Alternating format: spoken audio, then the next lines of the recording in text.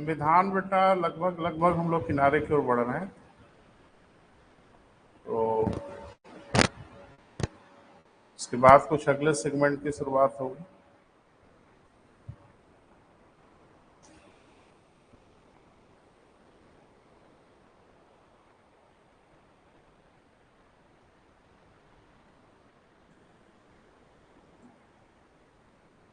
पंचायती राज व्यवस्था बेटा हम लोग पढ़ रहे थे ना।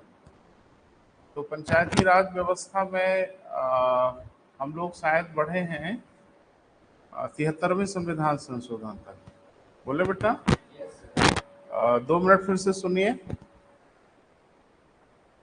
जो भारत में पंचायती राज व्यवस्था है, इसकी मील का पत्थर है 1952। यानी पंचायती राज व्यवस्था की शुरुआत का जो लक्षण दिखा वो 1952 में दिखा, लेकिन वो पंचायती राज व्यवस्था के रूप में नहीं दिखा। वह दिखा बेटा सामुदायिक विकास कार्यक्रम के रूप में। मुझे लगता है कि न सामुदायिक विकास कार्यक्रम शुरू होता, न इस दिशा में हमारी दृष्टि पड़ती। 5 साल तक जब ये कार्यक्रम चला, तो इस कार्यक्रम की समीक्षा के लिए एक आयोग बनाया गया जिसका नाम था बलवंत राय मेहता आयोग। आयोग ने ये बताया कि पंचायती राज व्यवस्थाएं ठीक से काम नहीं कर पा रही हैं, यानी जनता को लाभ उचित ढंग से नहीं मिल रहा है सामुदायिक विकास कार्यक्रम की। तो सामुदायिक विकास कार्यक्रम में लाभ मिलने के लिए उन्होंने कहा कि पंचायतों का गठन किया जाए और पंचायतों के माध्यम से सामुदायिक विकास कार्यक्रम को लागू किया जाए। बहरहाल 2 अक्टूबर 1959 को राजस्थान के नागौर से इसकी शुरुआत भी हुई।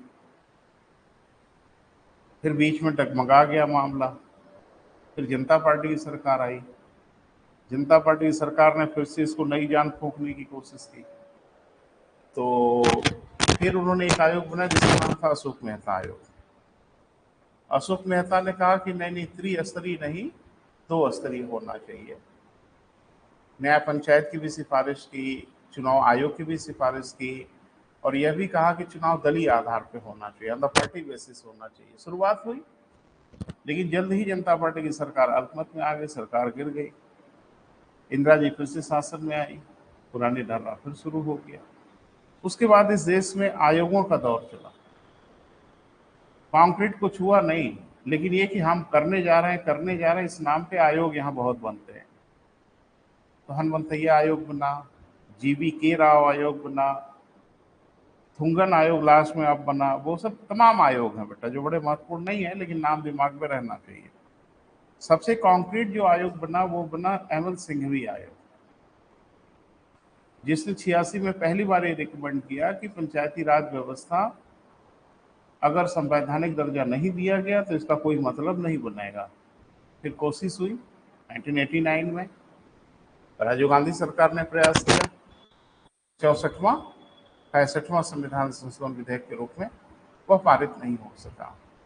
उसके बाद नरसिम्हा राव की सरकार आई और 1991 में इन्होंने शुरुआत किया। 1992 में पारित हुआ और 93 में इसको एग्जीक्यूट कर दिया गया।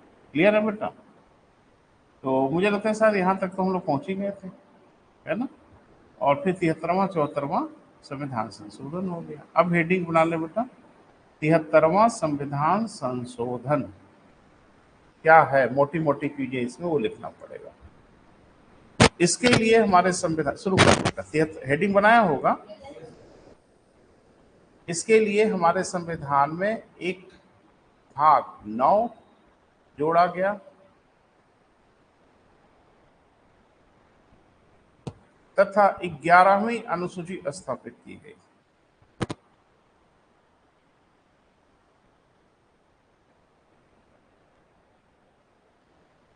ग्यारहवीं अनुसूची स्थापित। थोड़ा रुको बेटा, बात कर लेते हैं। जब हमारा मूल संविधान बना था तो हमारे मूल संविधान में कुल 8 अनुसूचियां थी। आज की डेट में 12 हैं। तो देख ले जरा कैसे कैसे क्या हुआ। 9वीं अनुसूची तो जोड़ी गई बेटा पहले संविधान संशोधन से 1951 में। उसमें यही कहा गया कि जो विषय इसमें रख दिए जाएंगे वो न्यायालय के अधिकार के बाहर होंगे। फिर हमारे यहाँ आई एक 10वीं अनुसूची। और 10वीं अनुसूची संभवतः जोड़ी गई 1985 में, और जिसमें स्थापित किया गया दल बदल अधिनियम, यानी पार्टियों से इधर से उधर भागना। वो एक्चुअल में उस जमाने में एक बड़ी खराब परंपरा थी कि एक्स पार्टी से चुनाव लड़े और जैसे जीत गए वाई पार्टी में चले गए, एक आदमी, सिंगल आदमी। तो वहां क्या था, पार्टियों का चयन खाली इसलिए होता था कि हम चुनाव जीत जाएं, और उसके बाद पार्टी का चयन इस आधार पर होता था कि इसमें हम मंत्री बन जाएं। तो नौटंकी हो गई थी बेटा। तो इसके लिए इन लोगों ने व्यवस्था बनाई और कहा कि कम से कम एक निश्चित सीमा में पार्टी अगर नहीं टूटेगी तो उसको सदस्यता आपकी समाप्त कर दी जाएगी। 11वीं अनुसूची अभी आप देख रहे हो, बोले बेटा। यानी 73वें संविधान संशोधन से हम लोगों ने 11वीं अनुसूची जोड़ दिया। 12वीं अनुसूची भी साथ में ही जोड़ी गई, लेकिन वो नगर पंचायतों की थी। तो अभी हम लोग हैं बेटा कहाँ, ग्राम पंचायतों पे। लिखें, इसके लिए भाग 9 में कुल 16 अनुच्छेद स्थापित किए गए। इसके लिए भाग 9 में कितने बेटा, 16 अनुच्छेद स्थापित किया गया या किए गए, जो भी चाहे लिखें, जो क्रमशः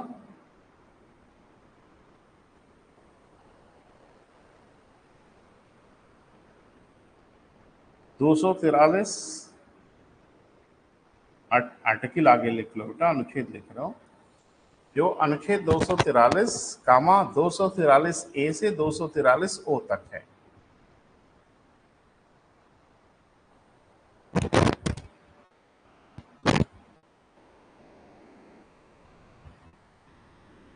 अरे भाई, अल्फाबेट की अगर जानकारी है तो ए से ओ तक खुद ही 15 है और एक 243, तो कुल 16 अनुच्छेद बनाए गए। इसका बेनिफिट आपको क्या मिलेगा वो जरा समझिए, बस इतना सा खाली याद रहे।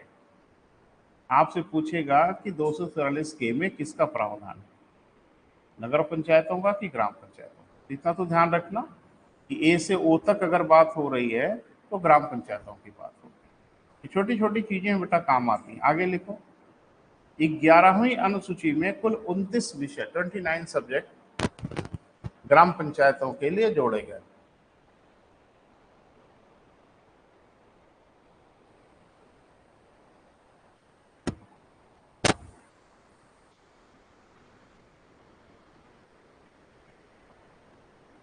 ठीक है बेटा। इसके लिए त्रिस्तरीय व्यवस्था, इसके लिए क्या बेटा, त्रिस्तरीय व्यवस्था स्थापित की गई।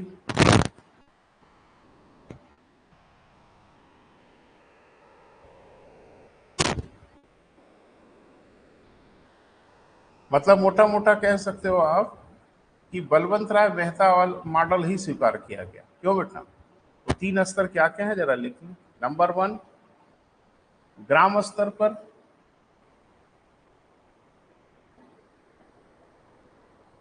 ग्राम पंचायत,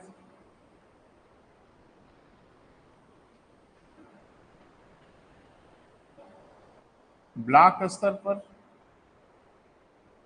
क्षेत्र पंचायत,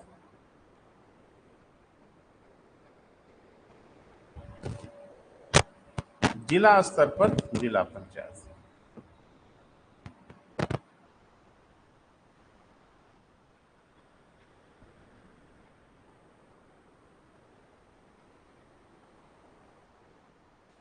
हो गया बेटा। अब कुछ बात कर लेते तो फिर आगे बढ़ते हैं। ग्राम सभा और ग्राम पंचायत में कुछ अंतर है। ग्राम सभा, ग्राम पंचायत में कुछ अंतर है।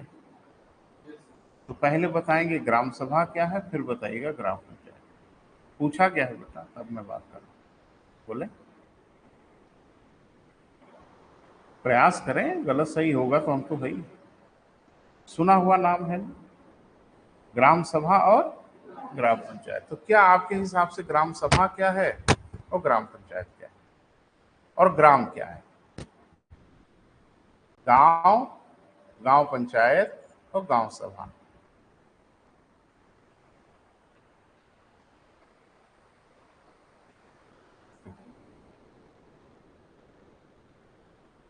एक्चुअल में हमारे यहाँ एक समस्या है बेटा।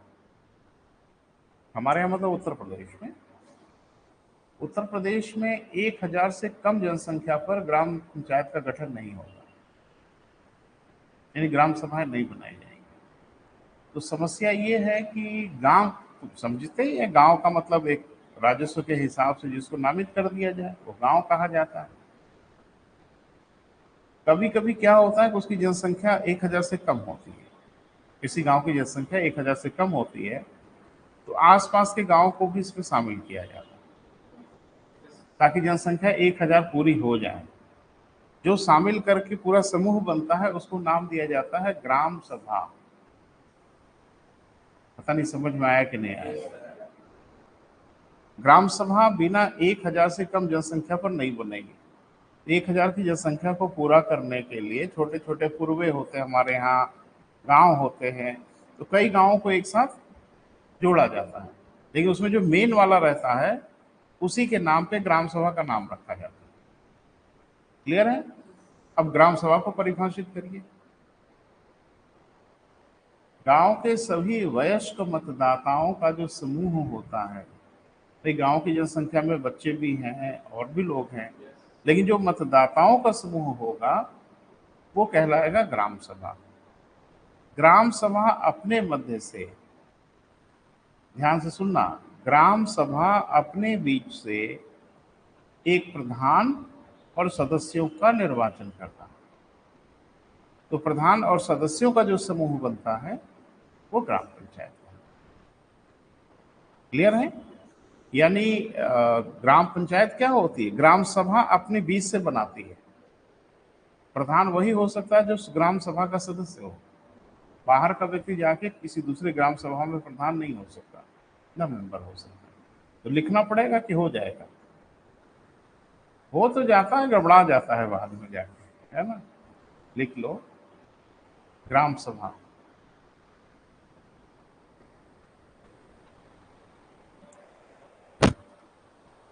समस्त मतदाताओं का समूह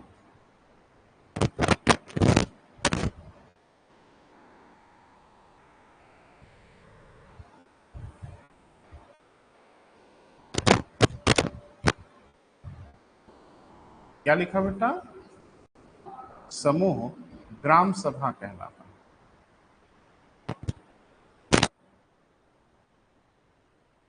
ठीक है? वर्ष में कम से कम 2 बार इसकी बैठक होना अनिवार्य है।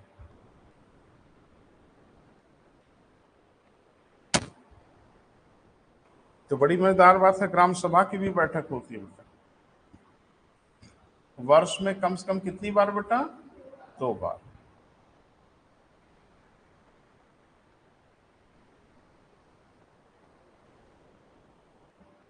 सारे गांव के लोग जुटते हैं, है ना, जो मतदाता हैं जुटते हैं। सिर्फ एक खाना पूर्ति वाला मामला है व्यवहार की अगर बात करें तो, लेकिन सैद्धांतिक रूप से तो यही कि साल भर में कम से कम गांव के सभी लोग एक जगह बैठे और योजना बनाए कि आगे क्या होना है। ठीक है? ऑन पेपर तो हो ही जाता है। वर्ष में कितनी बार? कम से कम 2 बार, है ना बेटा। लिखें ग्राम सभा अपने मध्य से, ग्राम सभा अपने मध्य से एक प्रधान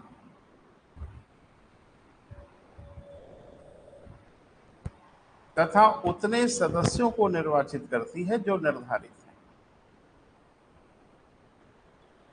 तथा उतने सदस्यों को निर्वाचित करती है जो क्या है बेटा? निर्धारित है।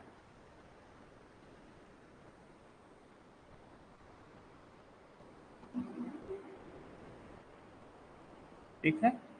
अब थोड़ा देखो, इसमें एक बड़ी मजेदार बात है जो आपको समझना है।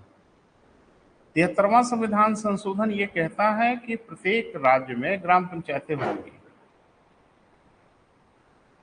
यथासंभव त्रिस्तरीय होगी। अपवाद हैं, जैसे पश्चिम बंगाल में 4 स्तरीय है, अपवाद हो सकता है। लेकिन इसमें यह कहा गया है कि जो बाकी जो जनसंख्या वगैरह का निर्धारण होगा, कितनी जनसंख्या पे क्या बनेगा, ये फैसला राज्य सरकारें करेगी। कारण है क्योंकि भारत के हर प्रदेशों की जनसंख्या एक समान तो नहीं है बेटा। किसी प्रदेश की जनसंख्या कम है, किसी प्रदेश की जनसंख्या घनत्व बहुत कम है, कोई पर्वतीय है, कोई मैदानी है, कोई मरुस्थलीय है। तो एक जनसंख्या का निर्धारण पहले से नहीं किया जा सकता। ये राज्यों के ऊपर छोड़ दिया गया कि आप अपने हिसाब से निर्धारित करिएगा कि कितनी जनसंख्या पे क्या होगा। उत्तर प्रदेश ने क्या निर्धारित किया है, तो थोड़ा लिख लो बेटा। उत्तर प्रदेश में ग्राम पंचायत हेडिंग बना ले।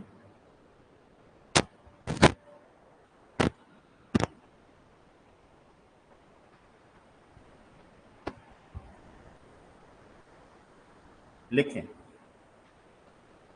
उत्तर प्रदेश में कम से कम, पॉइंट बना बना के लिखो बेटा, उत्तर प्रदेश में कम से कम 1000 की जनसंख्या पर ही ग्राम पंचायतों का गठन होगा।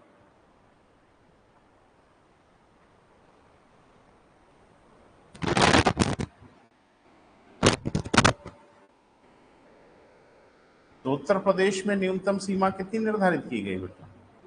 1000।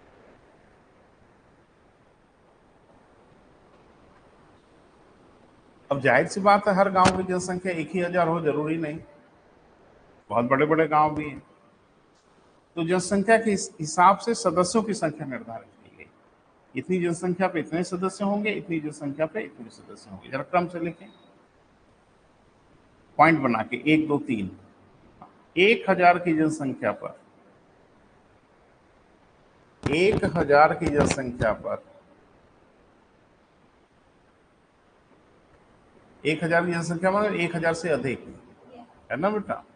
और 1000 पे तो बनेगा ही, तो 1000 से अधिक, है ना बेटा? कहां तक? 2000 तक। यानी 1000 से 2000 जनसंख्या वाले जो गांव होंगे उत्तर प्रदेश में, वहां एक अध्यक्ष और 9 सदस्य होंगे। देख लें, एक अध्यक्ष, अध्यक्ष माने प्रधान, और 9 सदस्य माने मेंबर, सदस्य होंगे।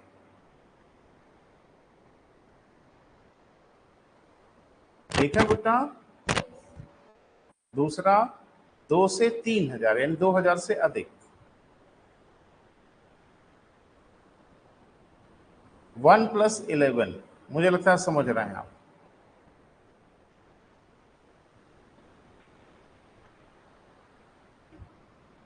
यानी एक प्रधान होंगे तो 11 सदस्य होंगे।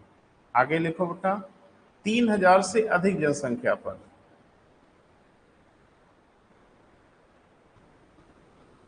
1 + 15,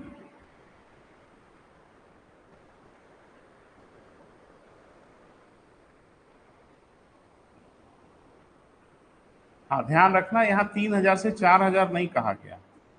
3000 से अधिक जनसंख्या चाहे जितनी होगी, 15 मेंबर होंगे, 15 सदस्य होंगे। क्लियर है बेटा? लिखें, ग्राम पंचायत की बैठक प्रति माह होगी,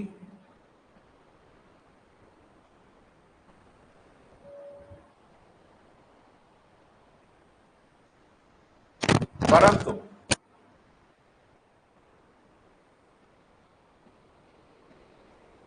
परंतु किसी भी दशा में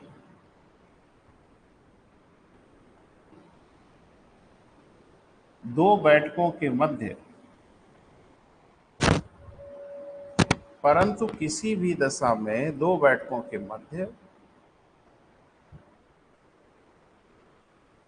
2 माह से अधिक का अंतराल नहीं होगा।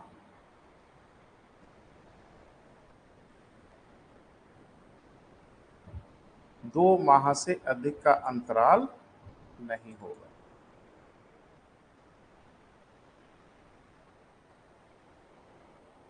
क्लियर है बेटा? देखो, अगला हेडिंग बना लो बेटा, 74वां संविधान संशोधन। कौन सा बेटा? 74वां संविधान संशोधन।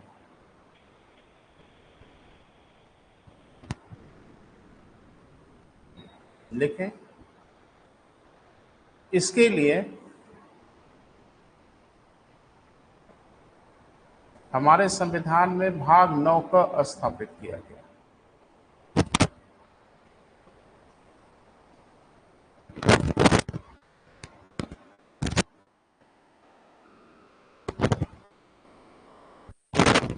कौन सा भाग बेटा? 9 का स्थापित किया गया। क्लियर है? जिसमें कुल 18 अनुच्छेद रखे गए।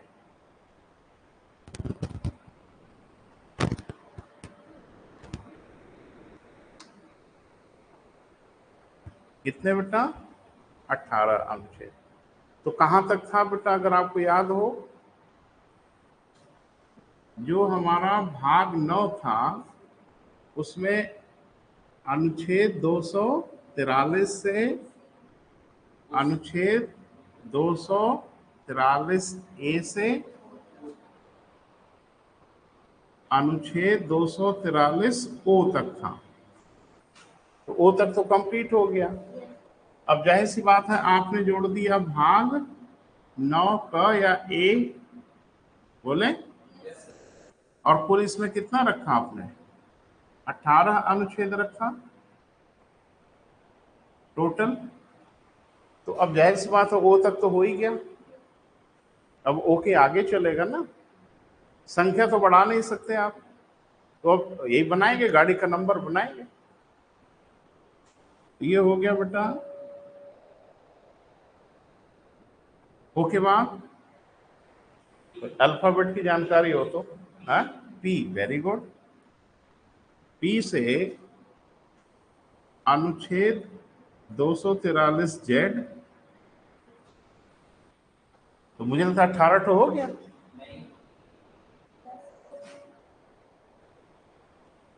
अनुच्छेद 243 जेड ए से अनुच्छेद 243 जेड जी तक। अब मुझे लगता है 18 हो जाएगा, लिख लें इसे। अनुच्छेद 243 पी से 243 जेड,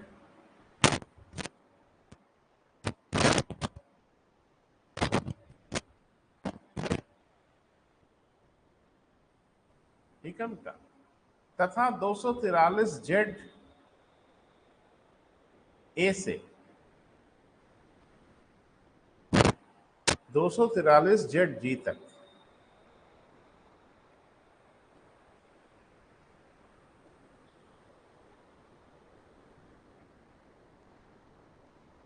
दो सौ तिरालीस क्या बेटा?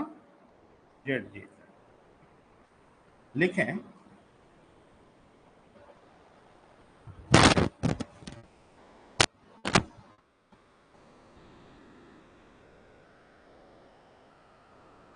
देखो, इसमें भी एक डायमेंशन तो बनाया गया था, लेकिन यहां भी तो मामला वही है बेटा, जनसंख्या वाला। तो थोड़ा सा विशेषता लिख के आगे बढ़ते हैं। लिखें, नगर पंचायतों को पुनः त्रिस्तरीय बनाया गया, माने इसे भी 3 स्तर का बनाया गया।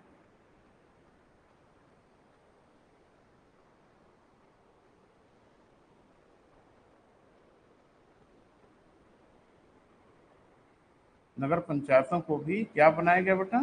त्रिस्तरीय बनाया गया। ठीक है। पहला, संक्रमणशील क्षेत्र। पहला क्या नाम दिया गया बेटा? संक्रमणशील क्षेत्र। अब ये भी राज्य की मर्जी पर छोड़ दिया गया कि राज्य अपना निर्धारित करे, है ना बेटा। यानी सबसे छोटा जो नगरीय क्षेत्र होगा उसे क्या कहा गया बेटा? संक्रमणशील क्षेत्र। और इसकी खासियत ये रखी गई कि यहां पे नगर पंचायतों की स्थापना की जाएगी, लेकिन हर राज्य निर्धारित करे कि कितनी जनसंख्या पे उसका संक्रमणशील क्षेत्र होगा। क्लियर है बेटा? लिखें, यह नगरीय प्रशासन की सबसे छोटी इकाई होगी।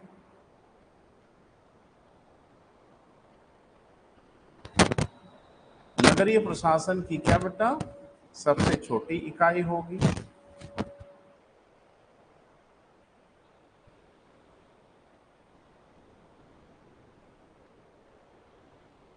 जहां नगर पंचायतों की स्थापना की जाएगी। जहां किसकी बेटा? नगर पंचायतों की स्थापना की जाएगी।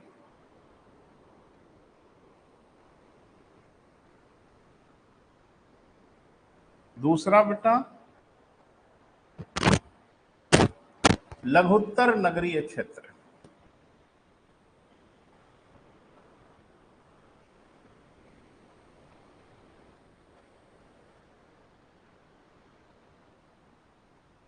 देखें,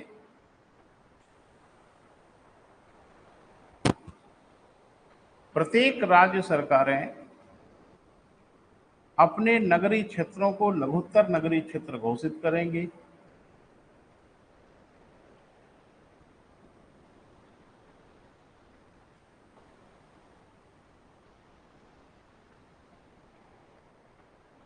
क्लियर है बेटा?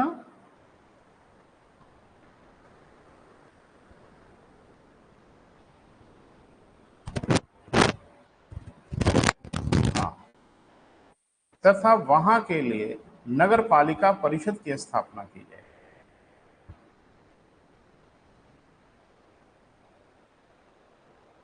वहां के लिए क्या बेटा? नगर पालिका परिषद की स्थापना की जाए।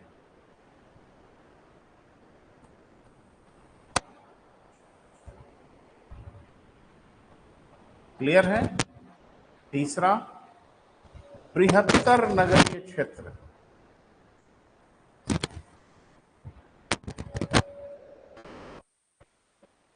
बृहत्तर, बृहत्तर माने बड़ा।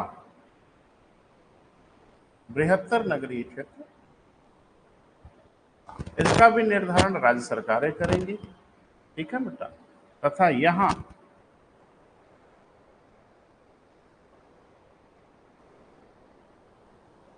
नगर निगम की स्थापना की जाए।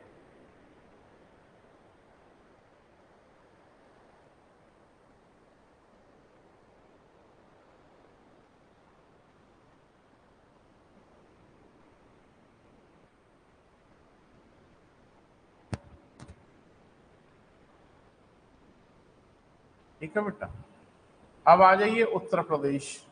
मैंने यहां कुछ तो निर्धारित किया गया होगा भाई, लिखे। उत्तर प्रदेश में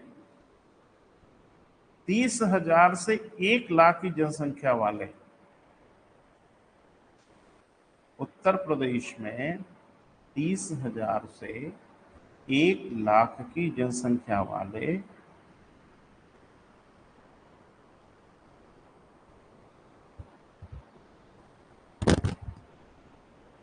नगरीय क्षेत्रों को लघुत्तर नगरीय क्षेत्र कहा जाएगा। ये उत्तर प्रदेश ने निर्धारित किया है। लघुत्तर नगरीय क्षेत्र कहा जाएगा।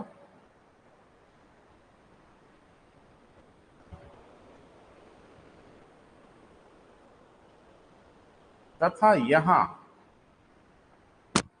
नगर पंचायतों की स्थापना की जाएगी।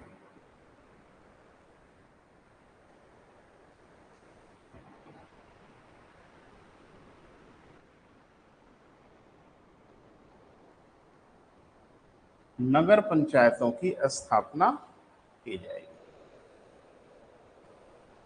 तो उत्तर प्रदेश में संक्रमणशील क्षेत्र की लिमिट क्या है बेटा? 30,000 है। 30,000 से कम अगर रहेंगे तो वो गांव में ही शामिल किए जाएंगे, है ना बेटा? 12, या वहां पे कोई स्थानीय निकाय नहीं बनाया जाएगा। स्थानीय निकाय बनने की शर्त है कि वहां की जनसंख्या कम से कम 30,000 होनी चाहिए। जैसे आप अपने यहाँ देखो तो जो छोटे छोटे हम लोगों के यहाँ मार्केट हैं जिनको हम लोग नगर कह देते हैं, तो वहां नगर पंचायतें बनाई जाती हैं। तो शर्त ये पूरी होती होगी, यानी 30,000 की जनसंख्या से 1 लाख की जनसंख्या पे होगा। दूसरा बेटा, उत्तर प्रदेश में 1 लाख से 5 लाख की जनसंख्या को पर, ऐसा लिखे, उत्तर प्रदेश में 1 लाख से 5 लाख की जनसंख्या पर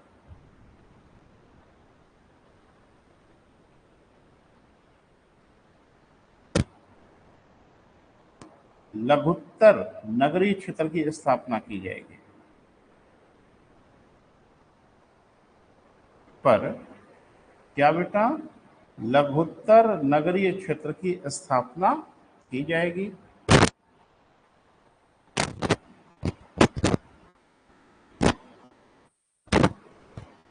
तथा यहां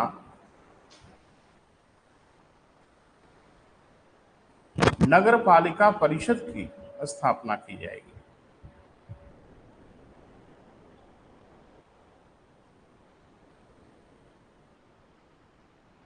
नगर पालिका परिषद की क्या बेटा स्थापना की जाएगी। क्लियर हुआ? तो उत्तर प्रदेश में जहां नगर पालिका परिषद होगी, बताने की आवश्यकता नहीं है कि वहां की जनसंख्या 1 लाख से 5 लाख के बीच में होगी। आपके यहाँ क्या है? क्या है पूछ रहे?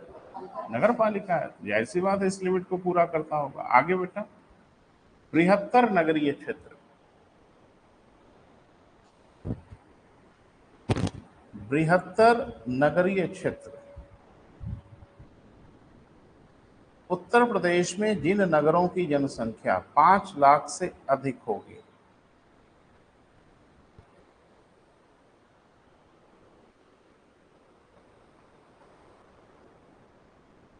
5 लाख से क्या होगी बेटा अधिक होगी, वहां वहां सॉरी होगी, उसे बृहत्तर नगरीय क्षेत्र घोषित किया जाएगा।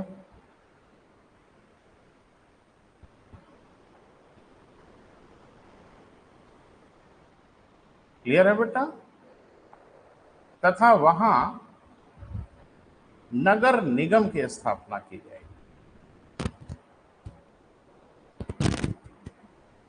वहां क्या बेटा नगर निगम की स्थापना की जाएगी।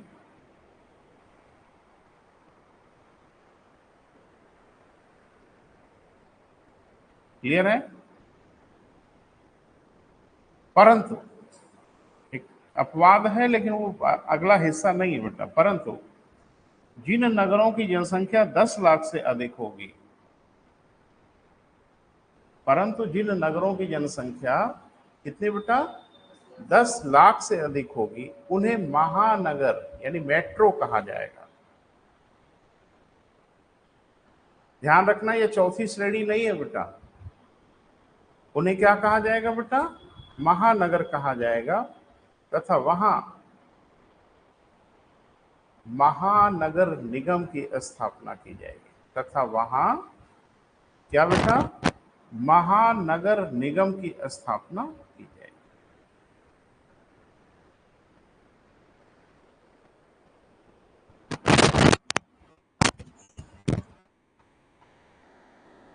एक नोट बना लीजिए, तब आपको हमको समझाते हैं। एक नोट बनाइए। लिखे 97वां संविधान संशोधन 97 2011, बहुत इंपॉर्टेंट है बेटा, संशोधन जरूर याद रखिएगा। 97वां संविधान संशोधन वर्ष 2011 के अनुसार हमारे संविधान में एक नया भाग जोड़ा गया,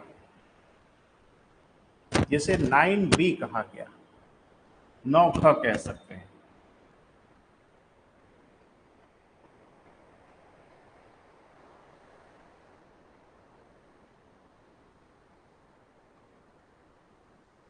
जिसके माध्यम से सहकारी समितियों का प्रावधान किया गया, क्योंकि हाल का बेटा पूछा जा रहा है, जिससे सहकारी समितियों का प्रावधान किया गया।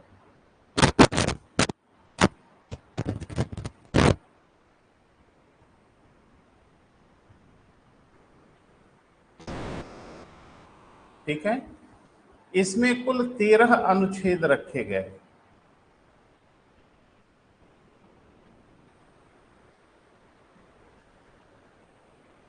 कितने बेटा 13 अनुच्छेद रखे गए।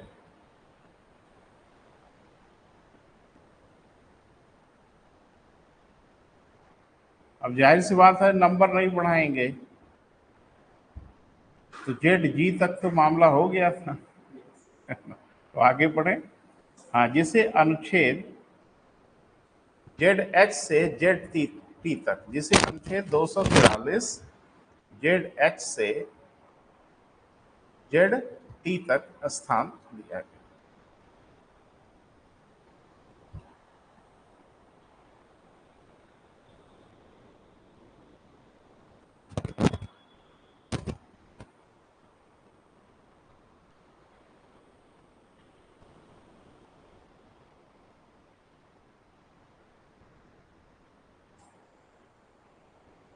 ठीक है बेटा। अब एक काम बेटा करना है, एक हम चार्ट बनाएंगे, थोड़ा दिमाग में रखिएगा, है ना। पहले बोर्ड पे देख लीजिए, उसके बाद। अच्छा, सहकारी समितियां समझ रहे हैं? बोल नहीं रहे हो बेटा?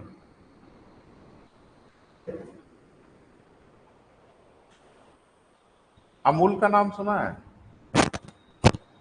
अमूल भाई, आजकल बड़ा प्रचार प्रचार भी आ रहा है। तो क्या क्या है ये, कोई बताएगा किसका है ये? मालिक वालिक कौन है? नहीं नहीं, कोई गवर्नमेंट सर्वेंट नहीं है इसमें। ये सहकारी समिति है। तो पहले तो सहकारी समिति बनाई जा सकती थी, लेकिन अब सहकारी समिति को संवैधानिक दर्जा दिया गया। और आपको सुन के हैरत तो होंगे आप कि इसका कोई मालिक नहीं है,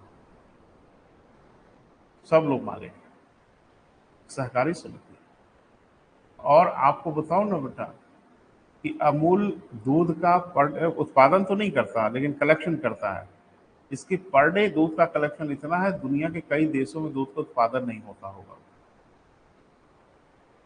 तो एक्चुअल में आनंद मिल्क यूनियन करके वो गुजरात में एक जगह है आनंद, वहां पे शुरू किया गया। और कुछ किसानों ने मिलकर एक सहकारी समिति बनाया, भाई हम लोग दूध अपना इकट्ठे बेचेंगे। धीरे धीरे धीरे धीरे बेटा इतना ये व्यापक रूप पकड़ लिया, जो आप देख ही रहे हैं कि अमूल अंतर्राष्ट्रीय ब्रांड से मुकाबला करता है। और अमूल का मतलब है कि क्वालिटी से कोई कंप्रोमाइज नहीं हुआ होगा। बड़ा भरोसा है हम लोगों को। यहाँ हमारे यहाँ ढेर सारे प्रोडक्ट पे बहुत भरोसा नहीं, दूध दूध पे तो बहुत ही कम भरोसा है। लेकिन अमूल मुझे लगता है मिल्क के बहुत ढेर सारे प्रोडक्ट बनाता है, और वर्ल्ड स्टैंडर्ड का बनाता है, पूरी दुनिया में बेचता है, और पूरी दुनिया में इसकी धाक है। तो ऐसा कोई भी कर सकता है। जैसे मोहल्ले में मान लो, एक मोहल्ले में आप रहते हैं, और उस मोहल्ले में मान लो कहीं 1 बीघे का प्लाट खाली है, आप उस पर सब्जी उगाइए, सारे मोहल्ले वाले मिलकर उस पर सब्जी उगाएं, सब लोग अपनी अपनी आवश्यकता भर सब्जी खरीदें। लेकिन वो खरीदेंगे एकदम नॉमिनल रेट पर, ताकि उसकी खेती बाड़ी आगे मैनेज हो पाए। तो लोगों को सस्ते, एक पापड़ मार्केट में मिलता है, नाम सुना होगा आपने, लिज्जत पापड़, सहकारी समिति। एक कहीं उसकी कोई कॉन्सेंट्रेट करके फैक्ट्री नहीं है, घरों में बनाया जाता है, और एक सिंगल ब्रांड से उसकी मार्केटिंग होती है। वही हाल अमूल का है, एक जगह दूध का उत्पादन नहीं होता, सारे लोग अपना अपना दूध एक जगह इकट्ठा करते हैं, ब्रांड नेम से मार्केटिंग होती है। हाँ, लेकिन एक मजेदार बात है कि लिज्जत पापड़ अगर देखोगे तो मुझे लगता है ऐसा बिल्कुल नहीं है कि हर पापड़ अलग अलग डिजाइन के और अलग अलग टेस्ट का होता है। भले अलग अलग घरों में बनता है, महिलाएं बनाती हैं, उनकी एक्स्ट्रा अर्निंग होती है, उनको रॉ मटेरियल और बाकी चीजें दे दी जाती हैं, और उनको मानक भी निर्धारित कर दिया जाता है कि ऐसे बनाना है, थोड़ी सी ट्रेनिंग वगैरह दे दी जाती है। इसीलिए आप देखते हैं सब पापड़ एक टेस्ट के और एक साइज के। नहीं तो घरों में पापड़ बड़े अजीब अजीब साइज के और डिजाइन के हो सकते हैं।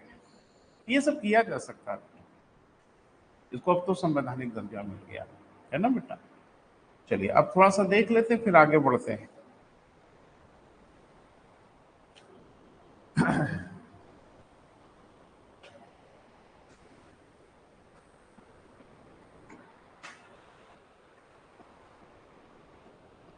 यह है 73वां संविधान संशोधन। कितने अनुच्छेद हैं बेटा इसमें? 16 अनुच्छेद, है ना। इसके लिए एक अनुसूची भी जोड़ दी गई। बोले बेटा, कौन सी अनुसूची? नहीं, 11 में भाग में जोड़ा गया बेटा। भाग जो जोड़ा गया वो जोड़ा गया, ठीक है। 74वां, पर अनुच्छेद मत लिखो, भाग ही पहले लिख लो। भाग 9 जोड़ा गया। अनुच्छेद कितने थे बेटा? सब लिखा है आपने। इसके लिए कौन सा भाग जोड़ा गया? 9A या 9क और अनुसूची 12वीं। याद रखिएगा बेटा, यह मामला है किसके लिए बेटा? ग्राम पंचायत के लिए, बोले। और यह मामला है किसके लिए? नगर पंचायत के लिए। ठीक है। अच्छा, त्रिस्तरीय यह भी है और त्रिस्तरीय यह भी है, थोड़ा देख लीजिए। एक है बेटा ग्राम पंचायत, क्या होगा भाई? अध्यक्ष और प्लस सदस्य होंगे। किसमें? ग्राम पंचायत में। क्षेत्र पंचायत में भी क्या होंगे बेटा? अध्यक्ष और प्लस सदस्य होंगे।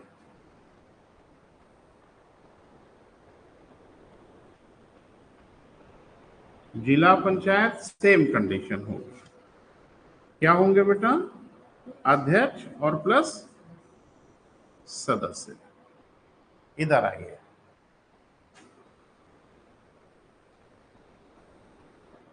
नगर पंचायत क्या होगा बेटा? अध्यक्ष होगा और प्लस सदस्य होंगे। नगर पालिका परिषद क्या होंगे बेटा? अध्यक्ष और सदस्य। नगर निगम या महानगर निगम एक ही है बेटा, ध्यान रखना, वो कोई चौथा नहीं है बेटा, अध्यक्ष और सदस्य। इसमें देखने वाली चीज क्या है बेटा, वो देखिए। यहां भी 3 अध्यक्ष हैं और यहां भी 3 अध्यक्ष हैं। सदस्य वहां भी हैं, सदस्य यहां भी हैं। हाँ, इनके सदस्यों का उत्तर प्रदेश में बड़ा अलग अलग नाम है। जैसे ग्राम पंचायत के सदस्य को सदस्य ही कहते हैं, क्षेत्र पंचायत के निर्वाचित सदस्यों को बीडीसी कहा जाता है। क्या कहा जाता है बेटा? बीडीसी। जिला पंचायत के निर्वाचित सदस्यों को महाप्रधान आम बोलचाल की भाषा में कहा जाता है, जबकि सही नाम इनका होना चाहिए जिला पंचायत सदस्य। लेकिन हम लोग इनको क्या कह देते हैं बेटा? महाप्रधान कह देते हैं। इधर आइए, इनके अध्यक्ष को तो अध्यक्ष ही बोलते हैं। हाँ, लास्ट वाले के अध्यक्ष को मेयर कहा जाता है। नगर निगम या महानगर निगम के अध्यक्ष को क्या कहते हैं बेटा? मेयर कहते हैं। तीनों ही सदस्यों को सभासद कहा जाता है। क्या कहा जाता है बेटा? सभासद। नाम सुना ही होगा, तो इनको क्या बोला जाता है बेटा? सभासद कहा जाता है। अलग अलग वार्डों में नगरों को बांटा जाता है और फिर एक एक वार्ड का एक एक सभासद हो जाता है। क्लियर है? अब इधर आइए, इनके अध्यक्षों का नाम प्रधान जी, ब्लॉक प्रमुख और जिला पंचायत अध्यक्ष, इसको तो यही बोला जाता है। अब इसमें देखने वाली बात क्या है बेटा, कि सिर्फ इसके अध्यक्ष का निर्वाचन प्रत्यक्ष होता है, सीधे जनता चुनती है। बाकी दोनों के अध्यक्षों का निर्वाचन निर्वाचित सदस्य अपने मध्य से करते हैं। यानी क्षेत्र पंचायत के अध्यक्ष का निर्वाचन बीडीसी अपने बीच से करते हैं। इसका मतलब है कि ब्लॉक प्रमुख होने की पहली शर्त है कि आपको बीडीसी कम से कम जरूर जीतना चाहिए। नहीं समझ पा रहे हो? यानी क्षेत्र पंचायत के सदस्य अपने मध्य से अध्यक्ष का निर्वाचन करते हैं, तो कम से कम क्षेत्र पंचायत सदस्य तो पहले होना पड़ेगा ना आपको। क्लियर है? यानी इनका निर्वाचन प्रत्यक्ष नहीं होता। अब इधर आइए, जिला पंचायत का अध्यक्ष कौन होता है? जिला पंचायत के सदस्य अपने मध्य से अध्यक्ष का निर्वाचन करते हैं। इसका मतलब है कि अध्यक्ष होने के लिए महाप्रधान होना जरूरी है, यानी आम जनता नहीं उसमें पड़ता। और यहाँ सीधा जनता चुनती है किसको? अध्यक्ष। अब इधर आइए, तीनों ही अध्यक्षों का निर्वाचन प्रत्यक्ष जनता करती है। बोल नहीं रहे? नगर पंचायत के अध्यक्ष का चुनाव जनता करती है, नगर पालिका परिषद के अध्यक्ष का चुनाव सीधे जनता करती है, और नगर निगम या महानगर निगम के अध्यक्ष का चुनाव सीधे जनता। क्लियर है? ये थोड़ा सा आपको समझना होगा। तो ये हम लिखा दें, दिमाग में रहेगा? मुझे नहीं लगता रहेगा। डायग्राम, हाँ डायग्राम पहले बनाइए फिर मैं लिखाता हूँ। कुछ छूटा छाटा हो अनुच्छेद अनुच्छेद तो वो भी बॉक्स में लिख लीजिएगा। दिख रहा है बेटा? दिखाई दे रहा है?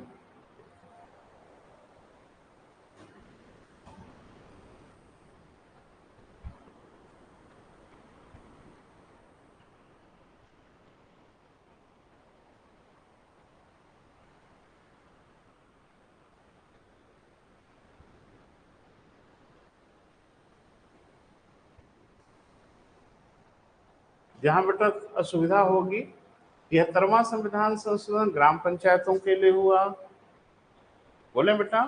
इसके लिए हमारे संविधान में भाग 9 का स्थापित किया गया, जिसमें कुल कितने अनुच्छेद रखे गए? 16 अनुच्छेद रखे गए। सब लिख डालो एक ही जगह, रिवाइज करते समय आपको लाभ मिलेगा।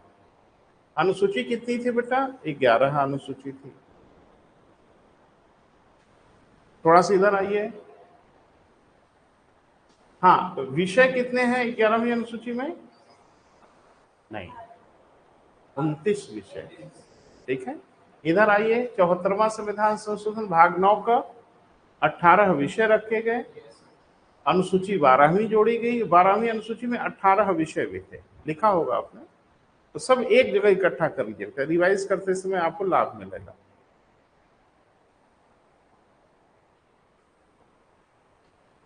क्लियर है बेटा?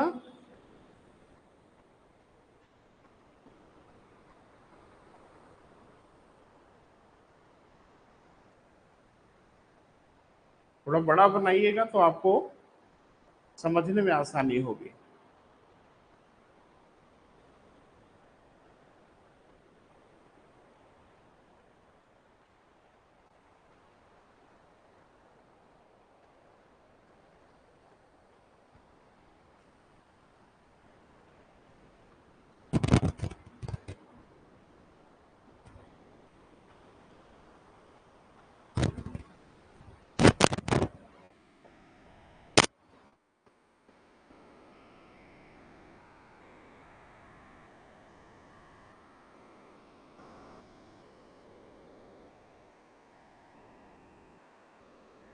थोड़ा बेटा तेजी में, आराम, बहुत आराम से करोगे तो दिक्कत हो जाएगी। मैं हट जा रहा हूँ।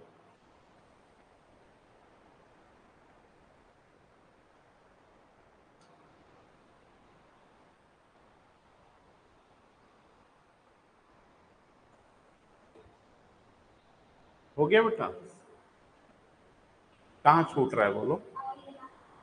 नगरीय क्षेत्र वाला गड़बड़ हो रहा है। ऊपर लिखो नगर पंचायत, नगर पालिका परिषद, नीचे नगर निगम ऑब्लिक महानगर निगम।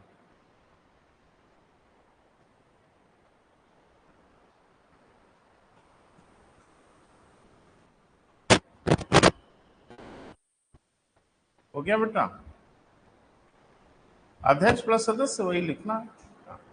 अब कुछ हम लोग लिखेंगे बेटा, है ना, तुलनात्मक रूप से जो कंपटीशन में यदा कदा आपसे पूछा जा रहा है। तो नोट बना लीजिए और पॉइंट बनाइए। हम शुरुआत करते हैं। लिखें, ग्रामीण निकाय तथा नगरीय निकाय का निर्वाचन,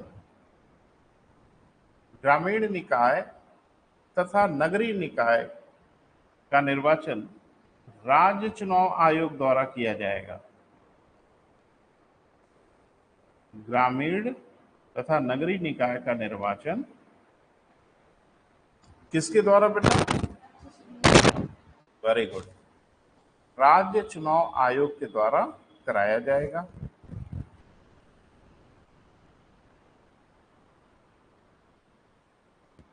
जो एक स्वतंत्र निकाय है।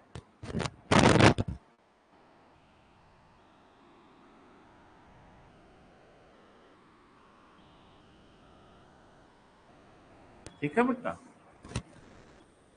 एक और क्लियर कर लो, उसी में जोड़ लो, यह मुख्य चुनाव आयोग की अधीनता में कार्य नहीं करता।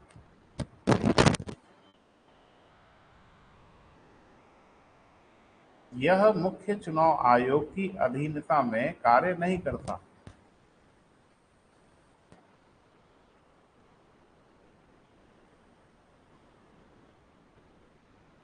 एक बात दिमाग में बैठा लीजिए बेटा, हमारे यहाँ दो चुनाव आयोग हैं, एक को खाली चुनाव आयोग बोल देते हैं और एक को राज्य चुनाव आयोग बोल देते हैं।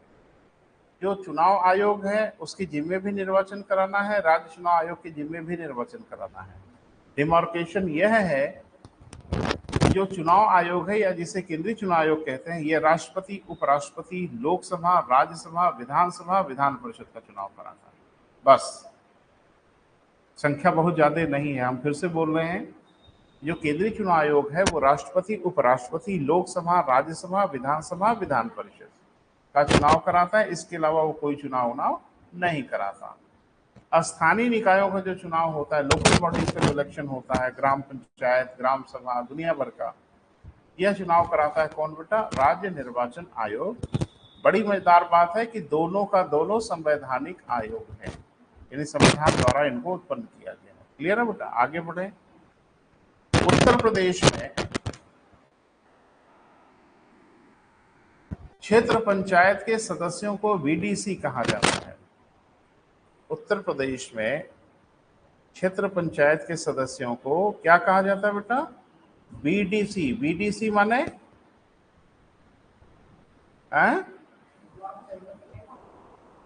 अब ब्लॉक डेवलपमेंट तो समझ में आ रहा है,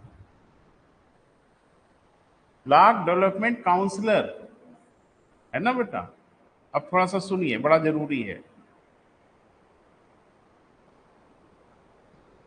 कहा जाता है, हो गया बेटा, बीडीसी कहा जाता है यथासंभव 2000 की जनसंख्या पर।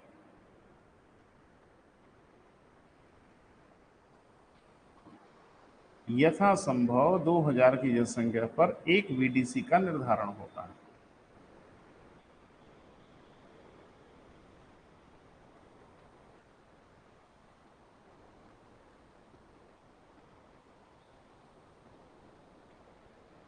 ठीक है बेटा, नेक्स्ट पॉइंट लिखें। जिला पंचायत के सदस्यों को, जिला पंचायत के सदस्यों को महाप्रधान कहा जाता है। नाम तो जिला पंचायत सदस्य ही है, लेकिन कहा क्या जाता है बेटा? महाप्रधान कहा जाता है। यथासंभव, ये सब उत्तर प्रदेश का मामला है बेटा। यथासंभव 50,000 की जनसंख्या पर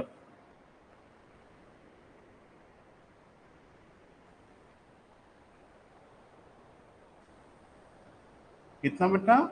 50,000 की जनसंख्या पर एक सदस्य का निर्धारण होता है।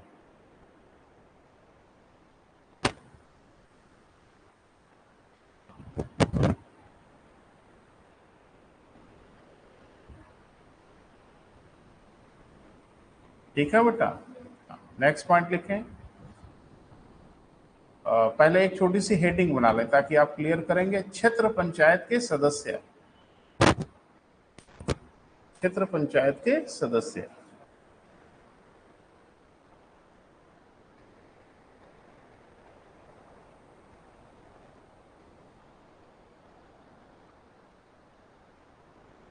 ठीक है बेटा, इसमें दो तरह के सदस्य, पहले सुनो फिर लिखना। एक तो निर्वाचित सदस्य और दूसरा पदेन सदस्य। पदेन मतलब ऑटोमेटिक वो सदस्य हो जाएंगे। थोड़ा सुन लीजिए। निर्वाचित सदस्यों को बीडीसी कहते हैं, जिसके बारे में अभी आपने पढ़ा। पदेन सदस्य कौन होते हैं वो जरा सुने। सभी गांवों के ग्राम प्रधान, सभी गांवों के जो गांव प्रधान होते हैं वो क्षेत्र पंचायत के सदस्य मान लिए जाते हैं। क्लियर है? उस क्षेत्र का प्रतिनिधित्व करने वाला एमएलए और एमपी। अरे भाई, किसी लोकसभा विधानसभा क्षेत्र में वो आता होगा, तो जिस लोकसभा विधानसभा क्षेत्र में आएगा उसका जो प्रतिनिधि होगा वो भी इसका कितनी मजेदार बात है कि एमपी और एमएलए सदस्य होंगे, ब्लॉक प्रमुख अध्यक्ष होगा। ये व्यवस्था बनाई गई कि वो सदस्य ऑलरेडी माने जाएंगे। उस क्षेत्र का प्रतिनिधित्व करने वाला राज्यसभा का या विधान परिषद का वह सदस्य जिसका नाम वहां की मतदाता सूची में हो। पता नहीं समझ पा रहे हो? अरे भाई, विधान परिषद का कोई सदस्य होगा, वो कहीं न कहीं किसी न किसी जगह के मतदाता सूची में उसका नाम होगा। अगर उस इलाके में मतदाता सूची में उसका नाम होगा तो वहां का वो सदस्य माना जाएगा, चाहे वो राज्यसभा सदस्य हो या वो विधान। समझ में आ रहा है? थोड़ा लिख लें। उस क्षेत्र का प्रतिनिधित्व करने वाला, उस क्षेत्र का प्रतिनिधित्व करने वाला एमपी व एमएलए।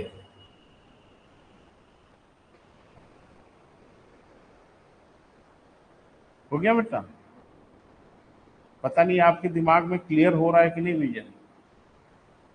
अरे भाई, कोई विधानसभा क्षेत्र होगा तो उसमें कुछ क्षेत्र पंचायत वगैरह तो आएंगे ही ना, एक से अधिक आएंगे, मैं सहमत हूं, लेकिन जहां जहां के आएंगे वहां वहां का सदस्य माना जाएगा। क्लियर है? आगे लिखो। हाँ, उस क्षेत्र की मतदाता सूची में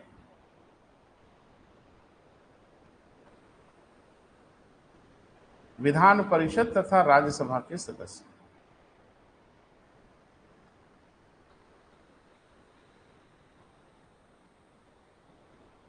मतलब समझ में आ रहा है बेटा?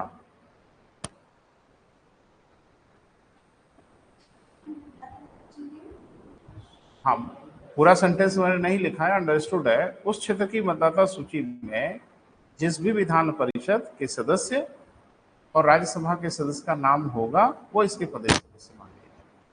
क्लियर है बेटा? देखें नेक्स्ट पॉइंट पे लाते। स्थानीय स्वशासन में मात्र ग्राम स्तर के अध्यक्ष का निर्वाचन प्रत्यक्ष होता है।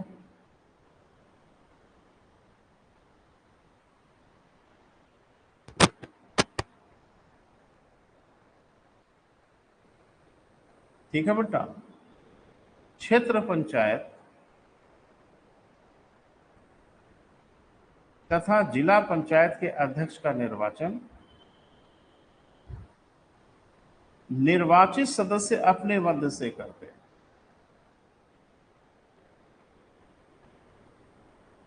निर्वाचित सदस्य अपने बीच से करते हैं, अपने मध्य से करते हैं। अभी थोड़ी देर पहले मैंने आपको बताया था। क्लियर है बेटा? नेक्स्ट लिखिए।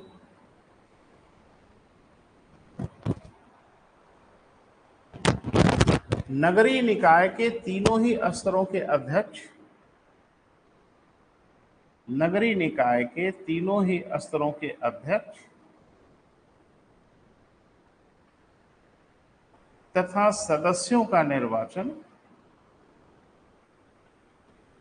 भूलिएगा मत बेटा, बहुत इंपॉर्टेंट है, तथा सदस्य का निर्वाचन प्रत्यक्ष जनता द्वारा होता है।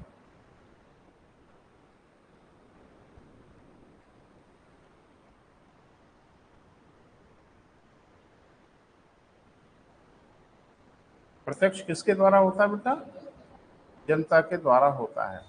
नगरीय निकाय के सदस्यों को सभासद कहा जाता है।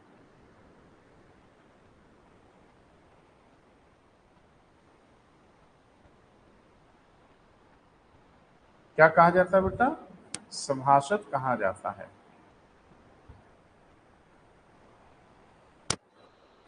क्लियर है? तो ये बेटा था, मैंने कोशिश, पढ़िएगा लेकिन बेटा और भी पढ़ना होगा, जितना पढ़े उतना कम है। हमने एक मिनिमम आपको देने की कोशिश किया है, ठीक है? तो इसके लिए आप तैयार रहें। और अब हम लोग आगे बढ़ेंगे बेटा, आज यही समाप्त करेंगे।